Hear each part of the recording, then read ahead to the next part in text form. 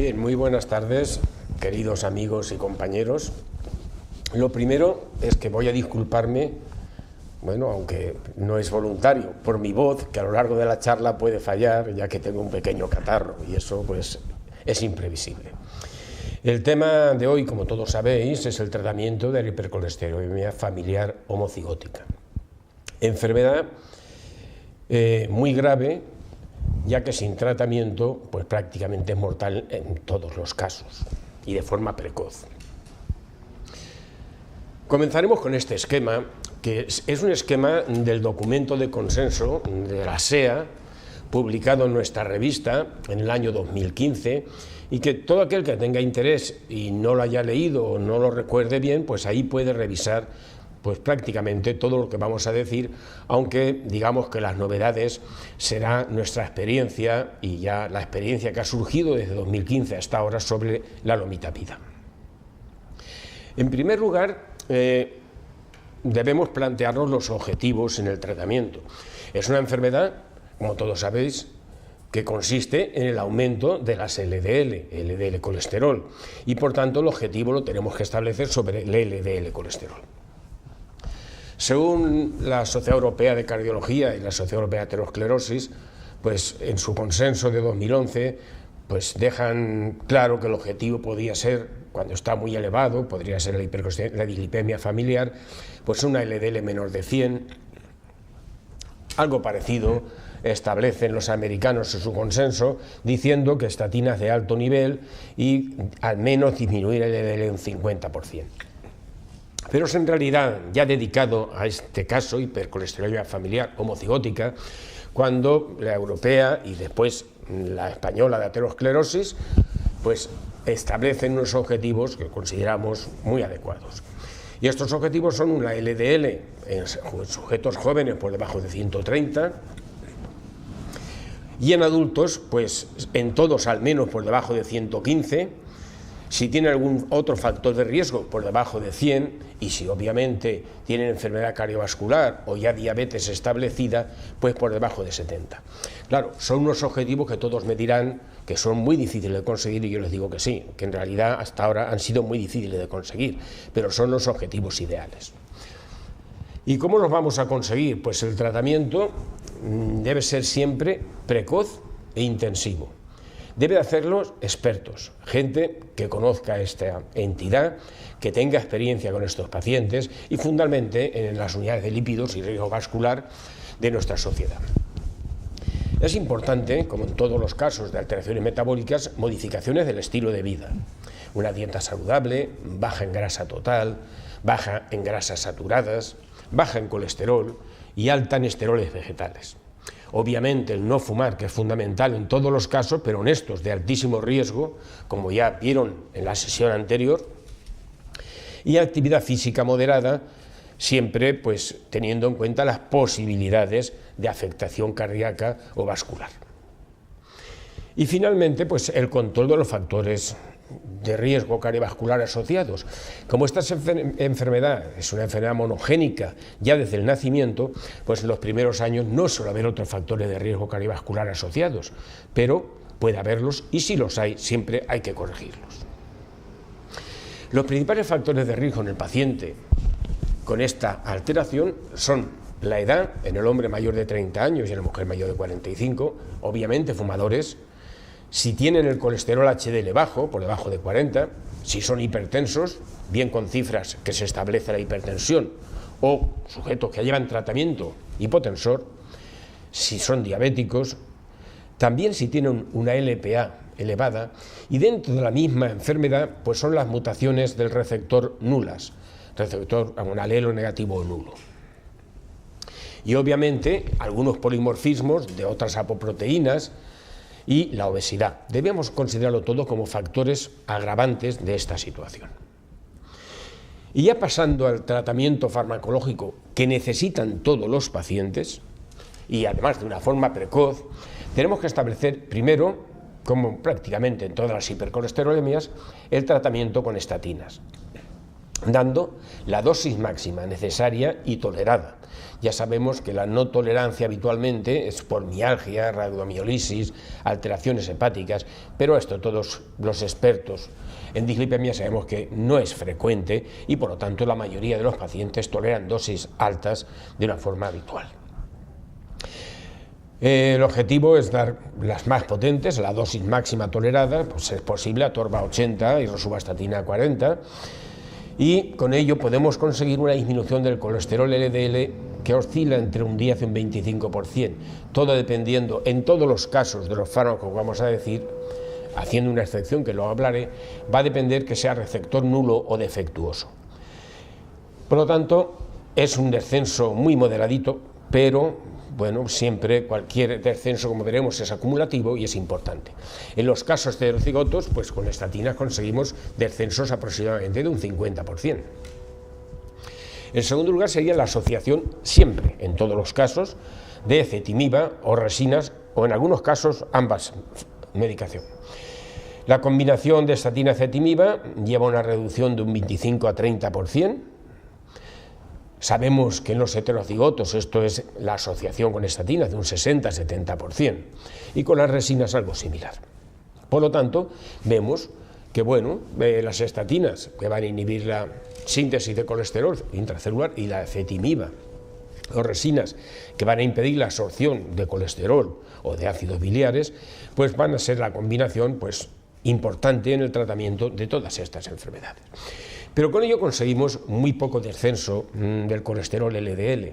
Por ello, desde hace unos años que apareció la féresis de LDL, ha sido un tratamiento fundamental en estos sujetos.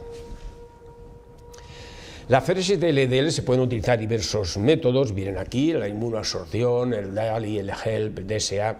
Nosotros tenemos experiencia, hemos utilizado la inmunoabsorción, son anticuerpos contra la ApoB, por lo tanto retienen las lipoproteínas con ApoB y el resto pasa no llevándose ni inmunoglobulinas ni ninguna otra proteína que antes nos llevábamos con la féresis completa.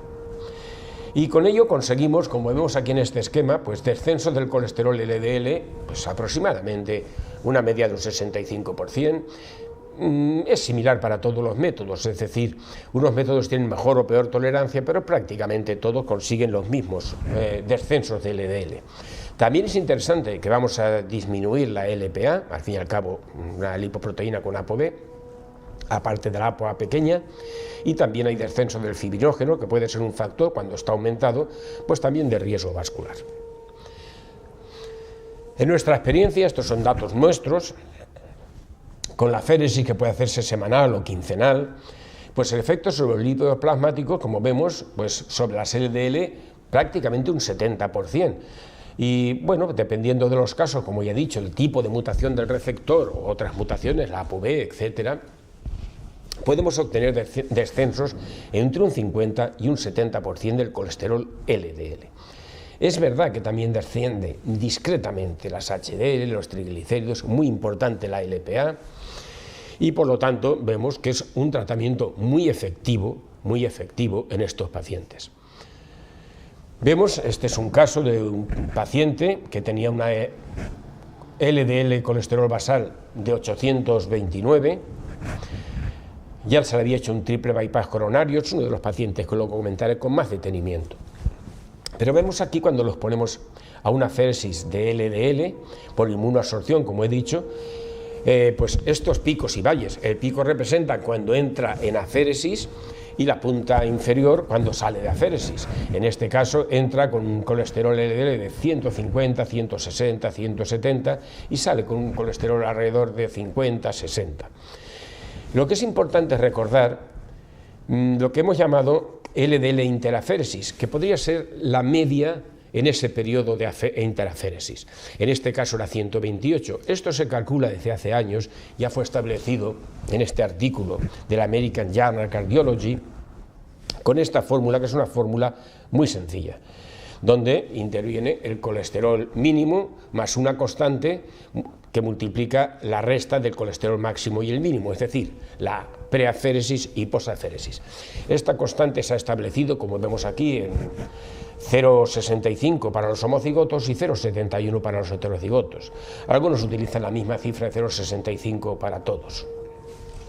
Por lo tanto, esto ha sido muy importante porque hemos conseguido descensos del colesterol LDL, como decimos, pues hasta de un 60, de media, un 60%. Este es otro caso de un niño con un colesterol, como vemos, preaféresis entre 500, 400, 500 y posaféresis pues 150, 200 y una interaféresis muy alta de 300. Sin embargo, claro, entre tener 600 y tener 300 interaféresis, el beneficio es brutal, aunque no hayamos llegado a objetivos. Por ejemplo, este caso, que tenía síntomas muy importantes con 6 años cuando se le diagnosticaron, ese está publicado, estas fotos son del consenso que he dicho, publicado en la revista de la Sociedad de Aterosclerosis. Vemos como unos años después prácticamente los síntomas han desaparecido y solo ha llevado, junto al tratamiento médico que hemos hablado, estatinas, ha llevado solo la aféresis.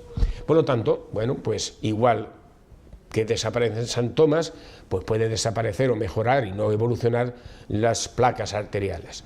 Y de hecho este niño pues tiene muy pocas alteraciones arteriales. Así pues, como resumen, vemos que las estatinas pueden disminuir, como hemos dicho, entre un 10 y un 25%. Si añadimos ezetimiba o resinas, vemos un 27% acumulado, entonces un 27%. Si añadimos la aféresis, que es un 60% de media, llegaríamos ya prácticamente a un 71% de reducción. Aún nos quedamos cortos, como es lógico. Por eso tenemos la suerte que en los últimos años han ido apareciendo nuevos fármacos para el tratamiento de esta enfermedad que pueden disminuir entre un 20 y hasta un 50 o más, como luego veremos, y podemos ya conseguir prácticamente los objetivos de LDL en muchos de nuestros pacientes. Entre estos nuevos fármacos está la lomitapida, mipomersan, del cual no hablaré porque no ha sido, es un oligonucleótido antisense del ApoB, pero no ha sido aprobado en la Unión Europea, por lo tanto, solo la FDA, no hablaré de él, hablaré de la lomitapida y del evolucumab. El estudio con evolucumab, un inhibidor de PCSK9, en el estudio Tesla, que era en pacientes homocigotos, se vio que podía disminuir un 23%. Es un descenso moderado, pero interesante en algunos casos, como es lógico. Es un descenso no potente, porque en este grupo hemos dicho que entre un 20 y un 50 o más, por lo tanto se queda en el rango inferior. Pero lo que pasó en este estudio es que cuando vieron las alteraciones del receptor, en aquellos que eran receptores negativos, como vemos en la última barra o la penúltima, los tratados, pues vemos que no hay ningún efecto positivo, al contrario, incluso aumentó un 10%, pero no hubo descenso. En los casos de receptor defectuoso pudo encontrarse descenso entre un 20 y un 30%. Entonces se ha considerado que puede ser útil en algunos casos, pero nunca cuando el receptor es negativo. Y voy a pasar a los datos de la lomitapida. La lomitapida, como todos saben, es un inhibidor de la proteína transferidora de triglicéridos microsomal, AMTP, que es la encargada de ensamblar las APOs, la ApoB 100 o B48 a nivel del enterocito, con los lípidos para formar las lipoproteínas. En caso del hígado formaremos la VLDL, que dará lugar a la LDL, y en el enterocito, pues los kilomicrones. Si inhibimos esta enzima clave en el ensamblaje, pues se producirán menos lipoproteínas y veremos, por lo tanto, menor cantidad de LDL circulante. Obviamente también de kilomicrones. ¿Qué quiere decir esto? Que en principio este descenso va a ser independiente de la mutación del receptor, el tipo de mutación que el paciente tenga. Este fármaco se ha comercializado, la lomitapida, con el nombre de Lojusta. Es el primer fármaco específico aprobado en Europa para el tratamiento de la hipercolesterolemia familiar homocigótica y se ha comercializado la dosis de 5, 10 y 20. La indicación, obviamente, es la hipercolesterolemia familiar homocigota con o sin aféresis y, de momento, solo en adultos, es decir, está aprobada por la EMEA para personas para mayores de 18 años. Se están haciendo ya estudios en niños y jóvenes para poder ampliar la indicación a estas edades. Tiene la ventaja de que se administra una sola vez al día. Como he dicho, está disponible en 3 formatos, el 5, 10 y 20 miligramos. La dosis inicial debe ser de 5 miligramos una vez al día y progresivamente cada 2 semanas, 2, 3 semanas, se puede ir aumentando la dosis hasta la máxima recomendada, que son de 60. Por lo tanto, la dosis estará entre 5 y 60. Se recomienda que se tome con el estómago vacío 2 horas después de comer, de cualquier comida. Bien, en los estudios en fase 3, tanto los estudios de eficacia como los estudios de seguridad y luego los de mantenimiento hasta 126 semanas, se han podido observar, llamemos, los beneficios de este nuevo fármaco, de este nuevo grupo farmacológico. En la fase de eficacia, pues se vio el descenso y en la fase de seguridad se vieron los posibles efectos secundarios. El descenso que se obtuvo de media en todos los casos fue un 40%. Descenso, como he dicho, que es independiente también pues, de la mutación que pueda tener. Tenemos un gran interés en este fármaco porque vemos en la fase de extensión, ya no a las 26 semanas, sino 78 semanas, cómo se mantienen los efectos con una reducción que llega mantenida hasta un 50% de reducción de la LDL colesterol. Y en el estudio de extensión hasta 126 semanas se mantienen los mismos efectos, es decir, que este descenso es mantenido y se mantiene durante todo el tiempo de tratamiento. Estos son los estudios en fase 3, ahora ya tenemos estudios de 3 y 4 años que podemos decir que se mantienen los efectos igual que al principio. Aquí vemos un esquema de los 29 pacientes tratados. Los primeros son los que por efectos secundarios o porque quisieron no tomarlo, abandonaron la medicación, y el resto son aquellos que siguieron la medicación. Y vemos que la media es un descenso del 40%, pero que hubo sujetos que llegaron a descensos superiores al 70 o 80% de descenso del colesterol LDL. Por tanto, estamos ante un fármaco que tiene por primera vez un efecto muy importante en el tratamiento, en la reducción del colesterol LDL en los sujetos que tienen esta patología, esta grave patología. Bien, y con ello, en estos estudios en fase 3, se ha podido ver que obtener el objetivo LDL menor de 100 en los estudios de extensión llegó casi al 70%, el 68%, y menor del 70%, casi en la mitad, el 47% obtuvieron este descenso por debajo de 70, que es lo que recomendamos en las situaciones de muy alto riesgo en los sujetos que han tenido un infarto de miocardio. En cuanto a la seguridad, vemos que en la fase inicial, la fase de eficacia, hubo algunos efectos secundarios. En azul vienen los leves, sin importancia, en amarillo los moderados y en verde los graves.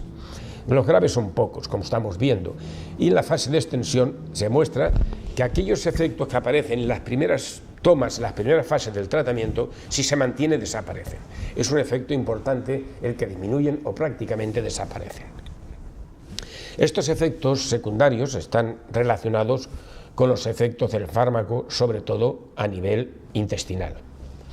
Y se pueden controlar con una dieta baja en grasa, que es obligatoria, es una de las partes del tratamiento, en los sujetos que toman esta medicación. Como impide en parte la formación de lipoproteínas, deben recibir suplementos de vitamina E y de ácidos grasos esenciales a todos los que están en tratamiento con esta medicación. Otro efecto secundario, posible efecto secundario, relacionado también con los efectos a nivel hepático, es si nosotros la grasa a nivel de la célula hepática no la ensamblamos con las APOs correspondientes y no es eliminada como lipoproteína, podría acumularse en el hígado, aumentar las transaminasas y producir hígado graso. Pues bien, aquí vemos el incremento que hubo de los enzimas hepáticos. Las enzimas hepáticos menor de 2 veces el límite superior de la normalidad, un 52%, entre 2 y 3 veces un 14% de los tratados, entre 3 y 5 un 21%, por encima de 5 ya fue bajo, un 10 y 3, pero por encima de 5 debe controlarse y conocer qué está pasando. La mayoría de los sujetos que pasaron de 5 veces el límite superior de la normalidad se redujo y pudo seguirse la medicación reduciendo la dosis. Si con esa dosis había subido, pues bajábamos a la dosis inferior y manteníamos a ver si con ello los enzimas hepáticos estaban en el rango que queríamos. También en algunos casos ha sido este aumento relacionado con la ingesta inadecuada y no, obviamente, recomendada de alcohol en algunos casos. En cuanto a la posible acúmulo de grasa hepática y, por lo tanto, la producción de un hígado graso no alcohólico, vemos aquí los estudios con resonancia magnética, donde se prolongan hasta 178 semanas. Y vemos donde hay un pequeño incremento de la grasa hepática que se mantiene sin aumentar. Por lo tanto, parece, a menos a corto plazo, a 174 semanas, que no hay graves problemas ni con los enzimas hepáticos ni con el acúmulo de grasa intrahepática. Y ahora les voy a dar unos datos de nuestra experiencia personal en nuestro servicio.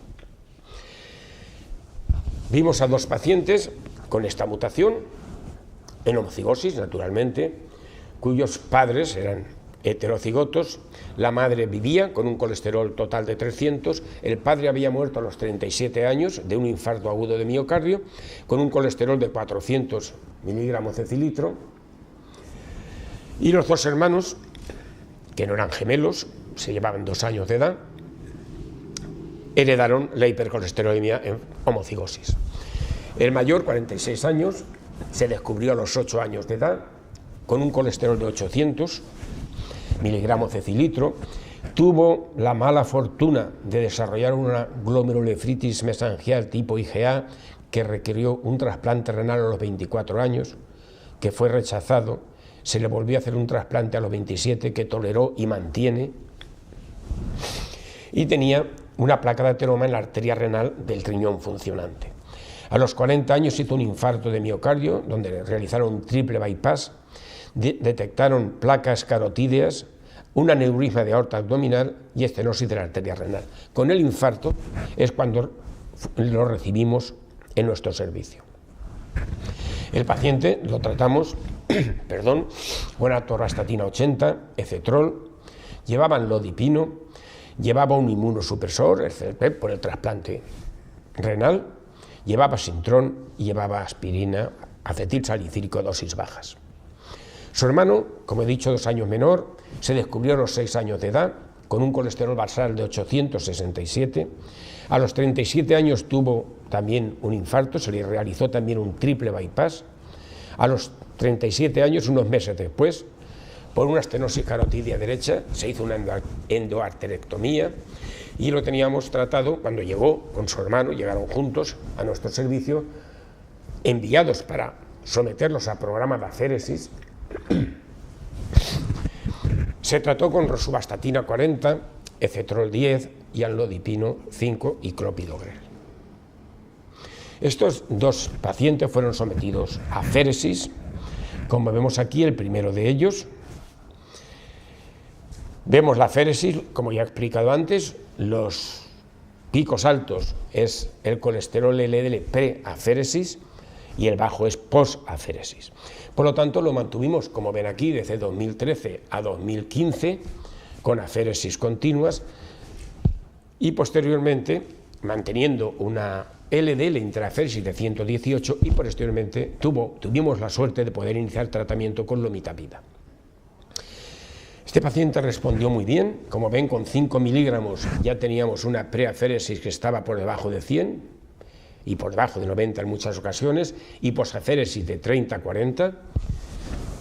Subimos la dosis de lomitapida a 10 miligramos, manteniendo, como ven, pues unas cifras muy aceptables de 60 de pre y 30 de post, con lo cual se decidió suprimir la aféresis y mantenernos solo con lomitapida de 10 e incrementar si era necesario. En este caso no fue necesario, Y como ven en este esquema con las cifras que ponemos son la media en el tiempo de seguimiento. Por lo tanto, teníamos, hemos dicho, una aféresis preaféresis de 168, posaféresis 56, una interaféresis de 128, sin modificación de los enzimas o con discreto incremento, pero muy discreto, de los enzimas hepáticos. Empezó con 5, viendo las cifras ya interaféresis de 69, con 10 de 25 y ahí se suprimió. Y ya solo con la lomitapida de 10 miligramos mantiene una media de 40 miligramos que en las revisiones está entre 20 y 50, es el mínimo y el máximo, una media de 40. Por lo tanto, muy efectivo, sin ningún efecto secundario y lleva 3 años de tratamiento con muy buena tolerancia. También tengo que decir que es un paciente muy disciplinado, entre otras cosas ha sufrido y sufre lo del trasplante renal y pues con el tratamiento ya con la aféresis dejó de tener episodios coronarios, desaparecieron los síntomas y se encuentra en perfecto estado de salud y haciendo vida normal. Nuestro segundo paciente, hermano del anterior, como he dicho, pues la historia es muy similar. Sin embargo, a pesar de ser hermanos y a pesar de tener obviamente la misma mutación, pues este se presenta como algo más grave. Las cifras preaféresis estaban alrededor de 200 y las cifras posaféresis, de tal manera que la interaféresis era de 152. Aún así, la evolución fue muy buena. Es menos cumplidor que el anterior y eso lo veremos en el esquema que ahora diré. Se sometió, tratamos con lomitapida 5 miligramos, como vemos una reducción impresionante.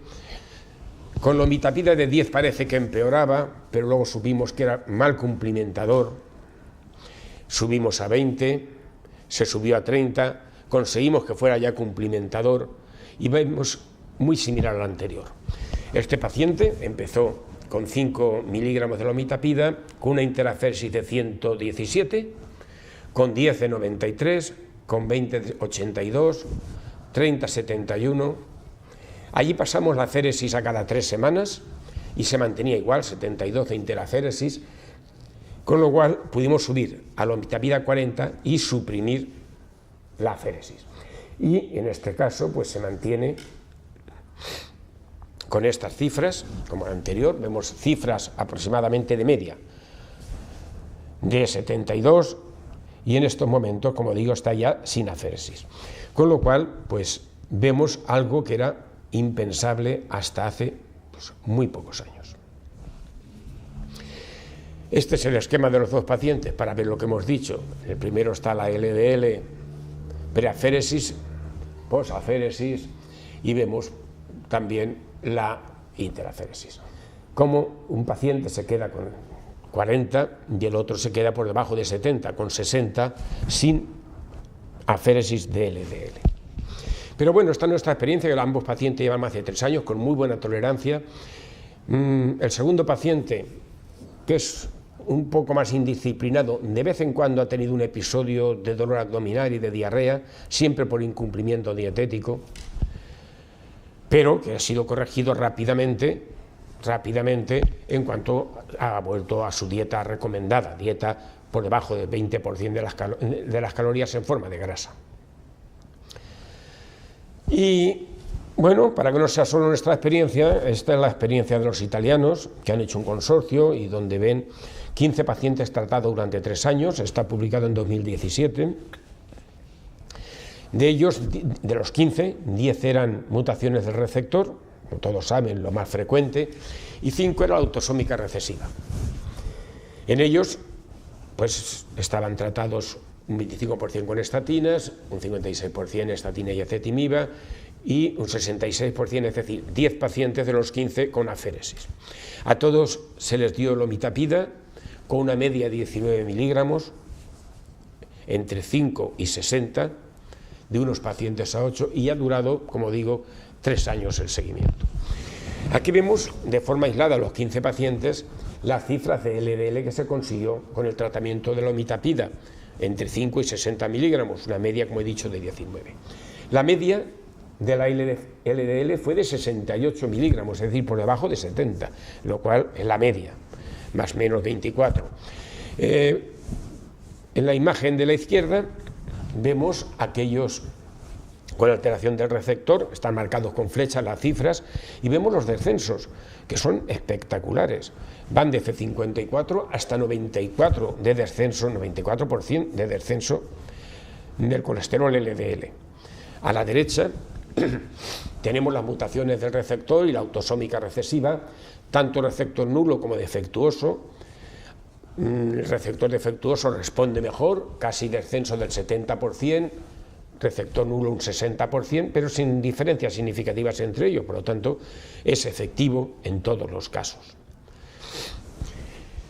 Como he comentado, al inicio del tratamiento, en este grupo de 15 pacientes, 10, que están referidos en la imagen de la izquierda, en el panel A, estaban en aféresis, 5 no, y al terminar el tratamiento solo quedaban 2 en aféresis. Por lo tanto, vemos como la mayoría han salido de aféresis y mantienen unos niveles, como hemos dicho, por debajo de 70 de media. En la imagen de la derecha vemos de forma línea interrumpida, son aquellos que mantienen la aféresis, son los más graves y mantenían una LDL pues, más alta, mientras que los que dejaron la aféresis mantienen una LDL por debajo de 100. En estos 3 años tampoco tuvieron muchos efectos secundarios. Un 53% tuvo náuseas y vómitos en algún momento, 3 pacientes dolor abdominal, pero fue transitorio, no hubo que interrumpir. Ningún paciente interrumpió por aumento de transaminasas por encima de 5 veces, como hemos dicho, y el FibroScan demostró que cuando entraron en tratamiento un paciente ya tenía esteatosis y a los 3 años había este y otro más, 2 pacientes con esteatosis no grave. Por lo tanto, podemos decir que es un tratamiento muy efectivo en esta enfermedad, específico para ella y con muy pocos efectos secundarios, sobre todo si mantienen la dieta recomendada con este tratamiento. Resumiendo, pues decir que, como ya he comentado, que es efectivo en el tratamiento de la forma homocigota, con una reducción de LDL entre un 40 y un 70%, dependiendo del tipo de mutación, que puede suprimir o reducir las frecuencias de la LDL aféresis y que es bien tolerada siempre que mantengamos una dieta baja en grasa. Ya para terminar, con mi voz creo que no puedo seguir más, voy a demostrar qué importantes han sido o son estos tratamientos. Nosotros en el año 82, hace ya muchos años, tuvimos 2 hermanos, aquí están las imágenes de los San Tomás, un chico y una chica. Él murió a los 18 años y ella, la chica, murió a los 22 años, obviamente de un infarto masivo de miocardio. En aquellos tiempos teníamos muy pocos fármacos para poder tratar esta entidad. Han pasado los años y actualmente, en 2015, vimos a estos 2 hermanos que nos enviaban, ambos en el 19, actualmente están vivos, ambos con una vida activa, con 46 y 43 años. Y esto ha sido pues gracias a los nuevos fármacos. Cuando murieron nuestros primeros hermanos, que fue en el año 82, es cuando Merck inicia los estudios clínicos y no tenemos la lovastatina, la primera estatina, hasta el año 87. Por lo tanto, lo único que se disponía entonces eran las resinas de intercambio, es lo único. La aféresis se establece como tratamiento fundamental en el 81, las primeras se establecen claramente en el 86-87, la ezetimiba posterior, coleslavan, evolocumab y la lomitapida, que fue aprobada por la EMA en 2013 y que aún estamos pendientes de aprobación en España por problemas de discusión y precio. El resto de fármacos posibles vendrán en un futuro, pero creo que en estos momentos tenemos los fármacos adecuados para poder tratar y conservar la vida y mejorar las arterias de nuestros pacientes en cualquiera de las situaciones. Muchas gracias y espero vuestros comentarios si vosotros queréis hacer alguno.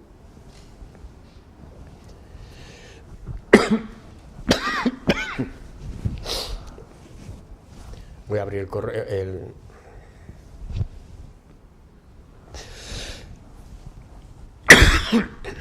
El correo.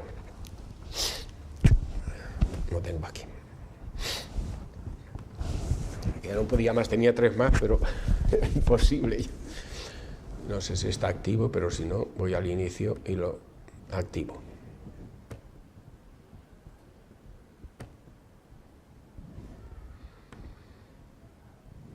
Vale.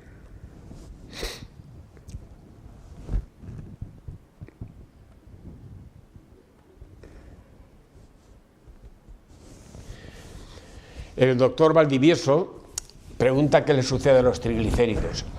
Los triglicéridos, como he puesto en el esquema, aunque no lo he comentado, bajan un poco, no mucho, pero bueno, suficiente. No es un tratamiento adecuado para tratar la hipertriglicemia primaria, pero sí puede ser un tratamiento en los casos agudos donde tenemos una hipertriglicemia grave con pancreatitis. En estos casos, el someterlo a 1, 2 o 3 sesiones de aféresis puede mejorar espectacularmente a estos pacientes.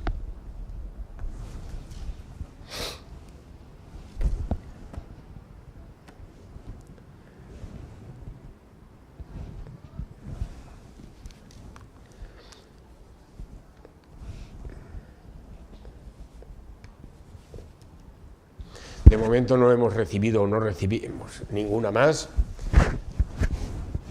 Nosotros, mientras se recibe alguna, como el doctor Valdivieso, Pedro, supongo que me estás viendo en este momento, hemos tratado a un paciente con una hipertriglicemia grave, muy grave, mixta, es decir, por un lado genética, porque tenía una mutación en heterocigosis de la lipoproteína lipasa y era un diabético muy mal controlado.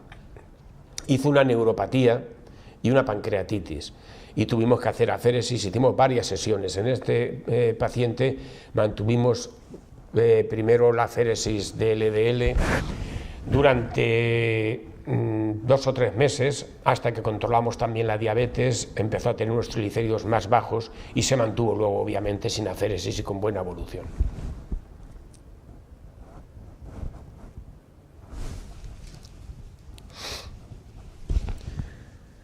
Veo que no entra ninguna otra pregunta.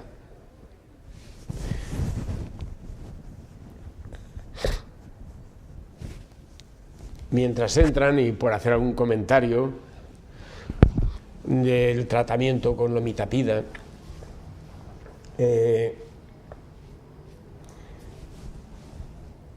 la verdad es que es muy bien tolerada mientras hagan una dieta que es restrictiva, porque es una dieta con calorías totales a expensas de grasa, de cualquier tipo de grasa, menor del 20% de las calorías de la dieta.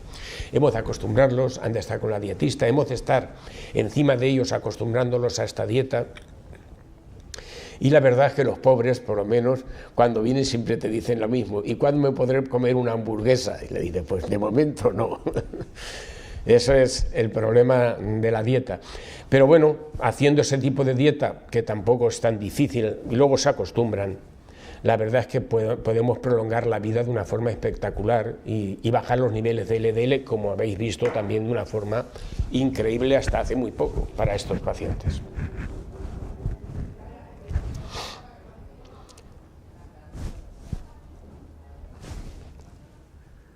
No sé si estamos conectados Pedro y yo solos.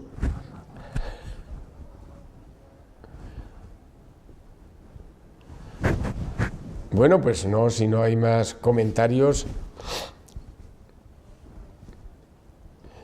deciros que la evolución, por ejemplo, de nuestros pacientes ha sido muy buena.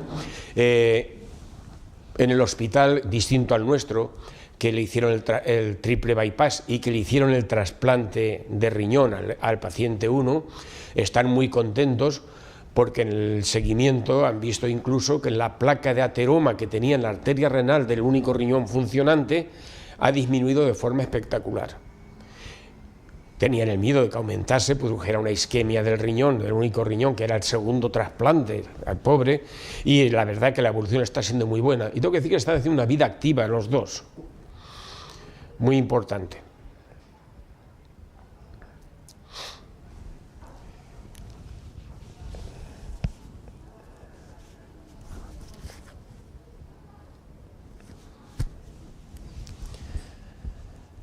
No sé, más comentarios porque creo que lo hemos dicho todo.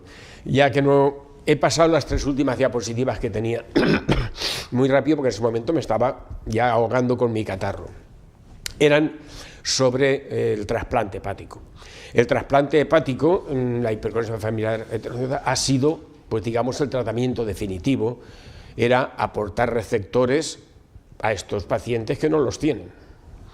Sin embargo, bueno, pues aunque ha sido el tratamiento definitivo hoy, no se considera como un arma de primer nivel, por decirlo así, y solo se va a reservar aquellos casos que no responden a otros tratamientos, que como lo que estamos viendo va a ser muy difícil que existan.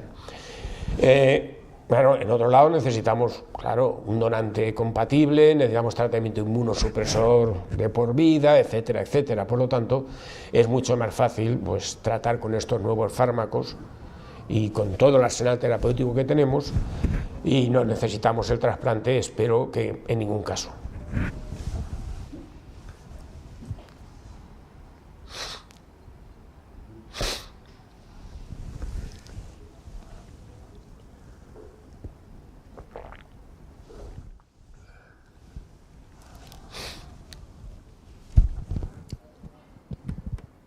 No hay más preguntas.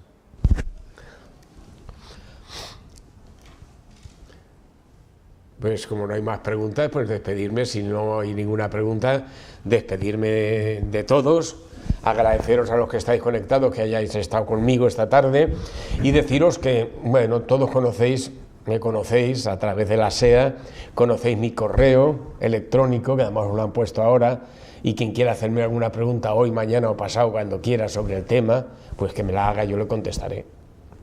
Muchas gracias y buenas tardes.